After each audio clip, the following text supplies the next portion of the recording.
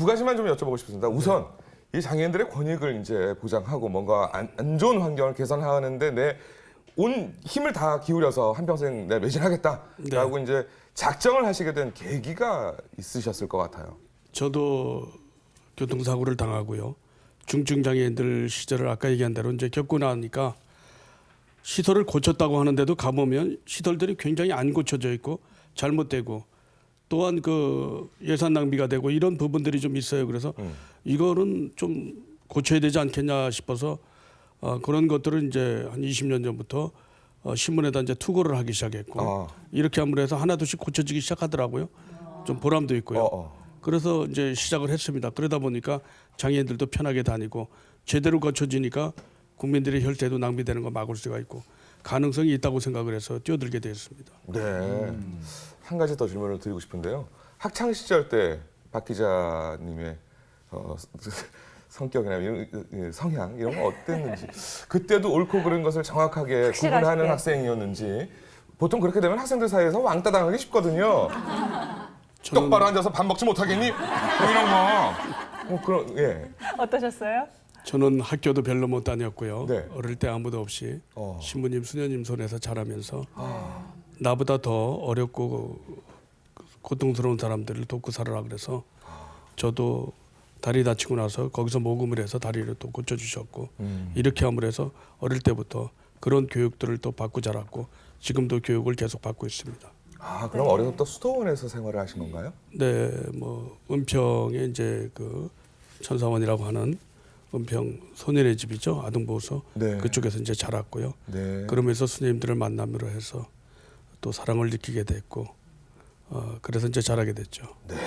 이렇게 진심을 담아서 쓰는 기사이기 때문에 더욱더 강력한 힘을 발휘하고 있지 않나 이런 생각이 드는데요. 네. 박종태 씨의 보석 상자 안에는 어떤 보석들이 숨어 있을지 먼저 열어주시죠. 네. 자, 첫 번째 보석 상자. 네. 요게 공개합니다. 라이터입니다, 라이터. 라이터? 네. 좀 이렇게 이상한 생각이 안 듭니까? 좀 과격한 느낌이 안 들어요? 좀 그렇죠. 근데 아무래도 이제 불이 나오는 라이터인데 네. 어떠한 사건과 연관이 있다고 그럽니다. 저 라이터가 왜 보석이 되는 거죠, 지금? 어떤 사건이었나요? 아마 그게 1983년도에 경기도 안산에 장애인들 복지관을 건립을 하게끔 돼 있는데 그쪽에 건립이 안 돼 있고 또한 시의원들이 반대하고 주민들은 뭐 반대할 분들이 없고 그런데 그걸 반대를 했어요. 그래서 제가 잘못 생각을 하고 시의회에다가 방화 불을 질리게 됐죠. 근데 다행스럽게 하늘이 도와서 그런지 타지도 않고 온전하게 이제 보존이 돼 있는 상태입니다만은 그때 생각이 좀 잘못됐다고 생각했죠. 과격한 것이 일을 해결하는데 도움이 안 된다고 생각을 해서 그 계기를 통해서 제 자신이 많이 변화가 됐고 문제점들도 인식하는 것이 오히려 바라보는 동기가 새로워졌습니다. 근데 말씀하셨지만 이제 잘못된 생각을 네. 하셨다고 말씀하셨지만 이렇게 과격하게 행동할 수밖에 없었던 혹시 이유가 있으셨나요? 네. 그 당시에 참 많은 눈물을 흘렸습니다. 아니 시민들도 원하고 이런 것들이 장애인들에 대한 복지관은 정말 필요에 의해서 장애인들의 재활이라든가 이런 것들을 위해서 장애인들 시설은 지어줘야 되는데 네. 좀 시의원들이 다른 곳으로 옮겨서 해야 되겠다 하고 반대를 하시는 모양을 보면서 저는 장애인들이라 그래서 무조건 그 한적하고 외진 곳으로다가 옮긴다는 자체는 잘못됐습니다. 네. 사람들하고 부딪히면서 더불어 함께 생활하는 것이 도움이 되는 것이지 오히려 장애인들을 갖다가 무슨 혐오 시설처럼 외진 곳으로 옮겨가지고 그렇게 시설을 한다는 자체는 좀 잘못됐다고 생각을 합니다. 이 라이터가 보석 상자에 들어간 이유가 있어요. 그러네요. 왜냐면 그 당시 불을 질렀잖아요. 그게 얼마나 놀랬겠어요, 다른 사람들이. 심지어 같은 장애인 단체들조차 그리고 그 공무원 관계자들조차 이거 도저히 이해가 안 된다. 그래서 굉장히 냉담했다고 합니다. 근데 유일하게 주민들분이 이 단옷을 제출해가지고 석방이 됐다고 해요. 그래서 그 이후로 성격이 굉장히 많이 바뀌었다고 하거든요. 거기에 대해서 조금 설명을 좀 덧붙여 주시면. 네, 그래요. 자세하게 좀 얘기해 주시죠. 그래요. 제가 뭐 주민들도 해주셨고 또 신부님, 수녀님들한테도 많이 혼났습니다. 그것이 올바르게 일을 해결하는 데 있어서 도움이 되질 않는다. 그것은 오히려 더 장애인들한테 영향을 나쁘게 끼치는 결과가 빚어지니까 올바른 방법으로 설득을 해서 하는 것이 좋겠다는 얘기를 했고, 그래서 이제 제 자신이 좀 달라지게 됐죠. 굉장히 그거에 대해서 지금도 제 자신이 좀 후회를 많이 하고 있고, 제 자신이 그 계기를 통해서 정말 올바르게 성장을 하고 올바르게 그것만 고치는 게 아니라 이 잘못된 시설들은 그것을 잘못한 사람들, 공무원들이라든가 이런 그분들의 마음까지도 바꿔놓는 것이 과연 내가 할 일이라고 생각하는 것이 거기서부터 이제 출발점이 좀 됐죠. 네. 요게 굉장히 큰 저기 참고서 같은 인생을 네. 다시 만들어준 거예요. 네. 그래서 보석이에요. 말씀하셨듯이 이 방화 사건을 계기로 이 박종태 씨의 기자 정신 또한 살짝 변화됐다고 하는데요. 기자 활동을 하는 데 있어서 가장 또 큰 힘이 되어주시는 분이 계시다고 합니다. 네. 그분을 모셔볼까 하는데요. 에이블 뉴스의 백종환 대표님 자리로 모시겠습니다. 네, 어서 나오세요. 어서 나오세요.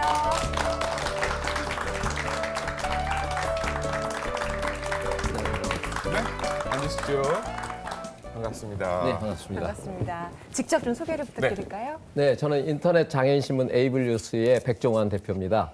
네, 우리 박종태 선생님하고는 한 20여 년 전에 저는 현장의 취재 기자로, 또 우리 박종태 씨는 현장에서 장애인 인권 지킴이로 이렇게 활동을 해 오다가 에이블 뉴스가 10년 전에 이렇게 창간을 하면서 함께 일하게 된 이런 지인이기도 합니다. 이미 첫 만남 때부터 저 사람 눈여겨 내가 봐둬야 되겠다 뭐 이런 느낌이 좀 있으셨나 봐요. 네, 그렇죠. 네네. 이제 현장에서 워낙에 이렇게 왕성한 활동을 네. 해 왔었고, 네. 또 앞서도 여러 이야기가 있었습니다만은 그렇게 활동했던 분으로 기억을 기자로서 옆에서 눈여겨 보고 있었는데, 네. 저분이 글을 좀 잘 써서 이렇게 하면 기자의 힘을 누구보다도 잘 보여줄 수 있겠구나, 이런 생각을 했었습니다. 네. 처음에 네, 기자가 되셨을 적에 안 그래도 혈기가 왕성한데 네. 그 당시에는 엄청났을 것 같아요.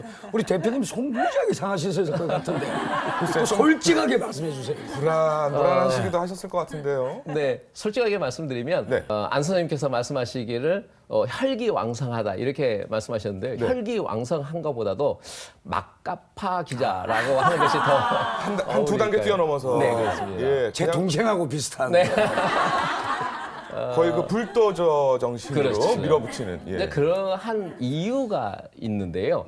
가령 우리 어머님들 나와 계십니다만은 어머님의 자녀들이 힘 있는 청년이라든가 힘 있는 이런 그 깍두기 형님들한테 맡고 계시다. 또 부모님이 일방적으로 힘 있는 사람한테 맡고 있다라고 한다면 어떻게 하실 것 같아요? 달려들어서 싸우겠지요.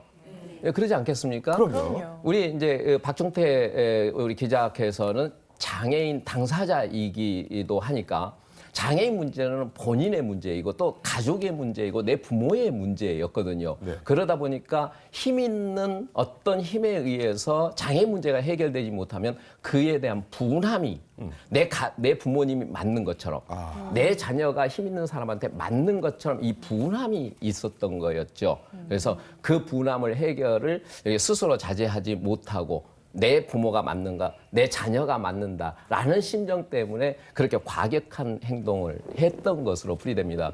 그렇습니다. 그래서 방화 사건도 있었고요. 예. 그 20년 동안 함께 하시면서 초창기 때 뭐 열혈 그리고 굉장히 이게 혈기왕성하게 활동을 하셨을 텐데 네.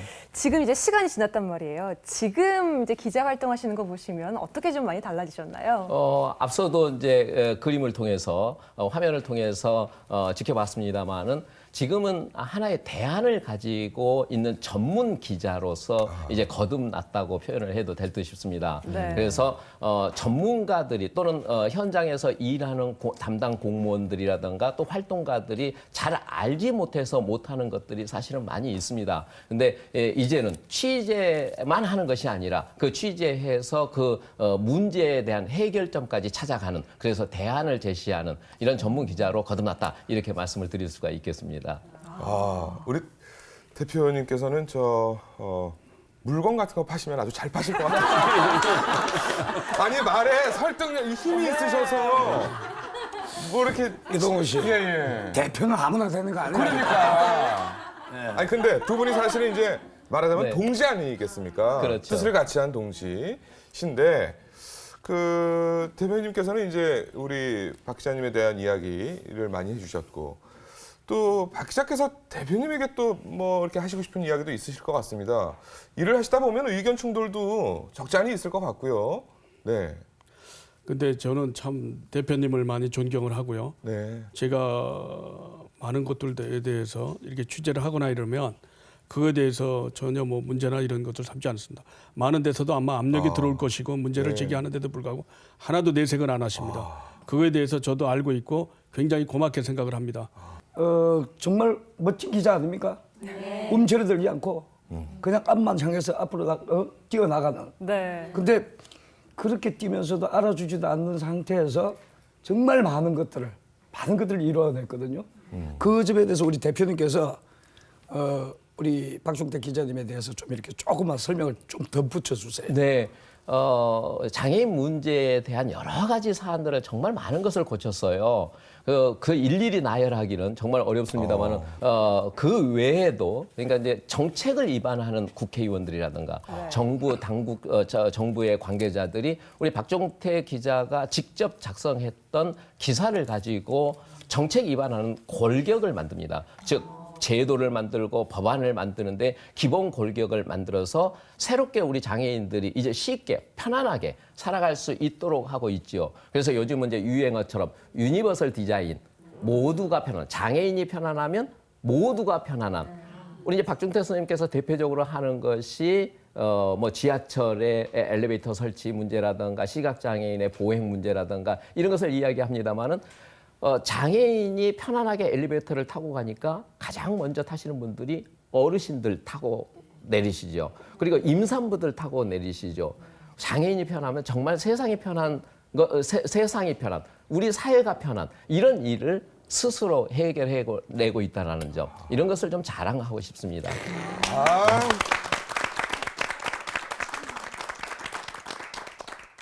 영화 속의 주인공 그야말로 그 영웅을 직접 저희가 지금 만나고 있는 거거든요. 대표님께서 네. 칭찬도 이제 많이 해주셨고 여러 가지 네. 말씀을 해주셨는데 그래도 또 늘 당부하고 부탁하고 뭐 염려하는 그런 부분이 있으실 것 같습니다. 기자님에게 네. 한 말씀해 주시죠. 우리 박종택 기자께서는 지금 50 중반에 있습니다만 아직도 혼자 살고 있습니다. 어려서 이제 고아로 자라서 네. 이렇게 수녀원에서 시설에서 이렇게 생활을 했고 지금까지도 혼자 살고 있어서 간혹 물어봐요. 왜 결혼을 안 하십니까? 네네. 저보다도 훨씬 미남이니까 배우자도 훨씬 이렇게 잘 이렇게 구하시고 그러실 것 같은데도 불구하고 결혼을 안 하시 왜 안 하십니까? 물어보면 내가 가정 생활에 충실하면 이 장애인 문제에 대해서 소홀을 해줄 수밖에 없다. 그러니 네, 한 가지 사안에 우리 장애인 문제에 중점적으로 일을 하고 싶다. 그래서 결혼을 하지 않는다. 이렇게 이야기를 하는데 제가 좀 당부하고 싶은 것은 이제는 개인적으로 좀 결혼도 하시면서 자기 자신의 행복도 좀 갖고 나갔으면 하는 이런 바람도 하고 당부도 하고 그렇습니다. 어머님들 중매 한번 서보시죠. 네. 네. 오늘 귀한 시간 내주신 백종원 대표님 다시 한번 감사드립니다. 고맙습니다. 고맙습니다.